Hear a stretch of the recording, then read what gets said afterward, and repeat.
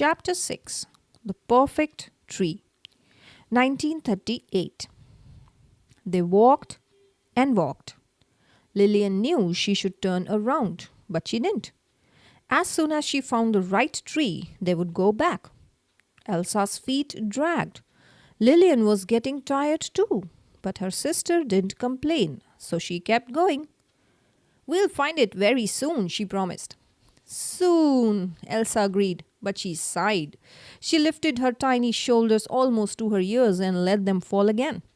At last, they broke out of a dense stand of trees into a clearing, and there it was, exactly what Lillian had been looking for.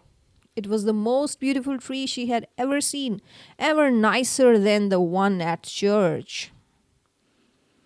It was a white pine. The needles were long. Lillian could tell they were soft before she even touched them. The whole tree was a rich, deep green that shaded into silver. It was full and beautifully shaped, too. No other tree had crowded close or risen higher to cut off the sun. This is the one. Lillian dropped Elsa's hand. This is the very one. Elsa tipped her head back and gazed up and up at the tree. It's so tall, she said. I know, Lillian said. That's what makes it so wonderful. Elsa said nothing more. She just plopped down in the snow to wait, and Lillian set to work. She had to take off a few of the lower limbs first.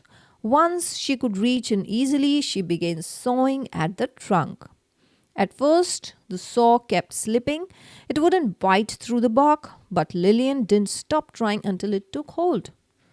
You're coming home with us, she told the tree. Our family is going to have the most beautiful Christmas tree in the whole valley. And she set to pulling and pushing at the saw. Lillian worked for a while. Then she stopped to catch her breath. She stepped back to gaze up at the tree again. It was tall. It must be twice as tall as Papa. Maybe more? Was that too tall? Would it be too heavy to bring home? Would it even fit in their farmhouse? Lillian checked Elsa. She sat in the snow, her arms wrapped around her knees. Are you all right? Lillian asked. Cold, Elsa said. Oh, Elsa, I'm sorry. Lillian dropped the saw and went to her little sister. Lillian gathered Elsa into her arms. She tipped Elsa's chin up so she could see her face. Elsa's cheeks and nose had been cheerfully red a few minutes ago. Now they were white. I shouldn't have brought you so far, Lillian said. Elsa snuggled into her arms. It's a beautiful tree, she whispered. Yes, it is. Lillian looked up to the very top. The sky beyond was no longer a bright blue. The color seemed to have drained from it the way it had from Elsa's face. But still, the tree was perfect. Even Papa would love it. Do you think you could wait a little longer? She asked Elsa. Just until I can get it cut.